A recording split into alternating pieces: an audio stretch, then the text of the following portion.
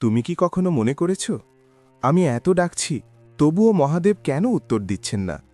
তুমি কি কখনো কেঁদে বলেছ এত কষ্ট কেন, এত অপেক্ষা কেন? আজ এই ভিডিওটা তাদের জন্য যারা প্রতিদিন মহাদেবকে ডাকছে কিন্তু মনে করছে মহাদেব হয়তো দেরি করে ফেলছেন।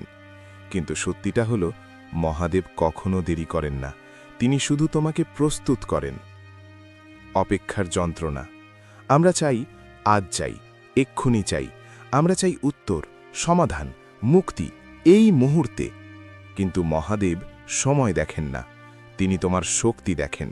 যখন তুমি ভেঙে পড়ো, যখন তুমি একা হয়ে যাও, যখন সবাই চলে যায়, ঠিক তখনই মহাদেব চুপচাপ দাঁড়িয়ে থাকেন। তিনি দেখেন তুমি এখনো ভরসা রাখতে পারো কিনা।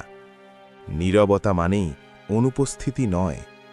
অনেকে ভাবে মহাদেব কথা বলেন না মানে তিনি নেই, কিন্তু মনে রেখো মহাদেব শব্দ করেন না, কারণ তিনি ভিতরে কাজ করেন।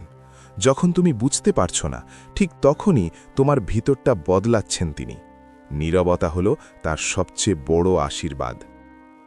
মহাদেবের প্রস্তুতির পথ। যে ফল পাকার আগে গাছ থেকে নামানো হয় সে ফল কখনো মিষ্টি হয় না।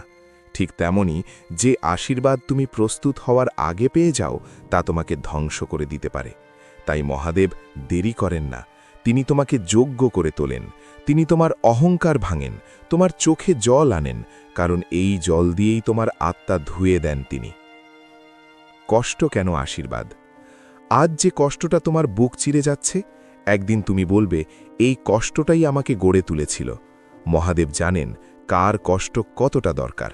কেউ কষ্ট পায় শক্ত হওয়ার জন্য, কেউ কষ্ট পায় অন্যদের পথ দেখানোর জন্য।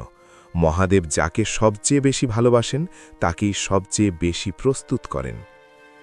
দেরি নয়, সঠিক সময়। তুমি যেদিন বলবে আর পারছি না, ঠিক সেদিনই পরিবর্তন শুরু হবে, কারণ তখন তুমি নিজেকে ছেড়ে পুরোটা মহাদেবের হাতে তুলে দেবে। মহাদেব কখনো ভুল সময় দেন না, তিনি দেন যেদিন পেলে তুমি তা সামলাতে পারবে। বিশ্বাসের পরীক্ষা। বিশ্বাস তখনই বিশ্বাস যখন উত্তর না পেয়েও তুমি ভরসা রাখো, যখন চোখে জল, মুখে হাসি নেই, তবুও তুমি বলো সব ঠিক হয়ে যাবে। মহাদেব সেই মানুষটাকেই খোঁজেন যে অন্ধকারেও আলো বিশ্বাস করতে পারে। আজ যদি তুমি অপেক্ষায় থাকো, মনে রেখো তুমি উপেক্ষিত নও। মহাদেব তোমাকে গড়ছেন। আজ না পেলে কাল পাবে, কাল না পেলে তার পরের দিন, কিন্তু যেদিন পাবে সেদিন বুঝবে এই অপেক্ষাটাই ছিল আশীর্বাদ। বলুন, হর হর মহাদেব।